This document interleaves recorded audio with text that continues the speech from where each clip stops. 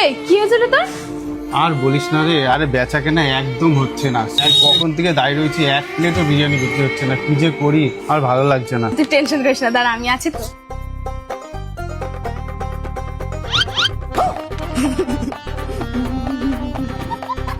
আবে সালে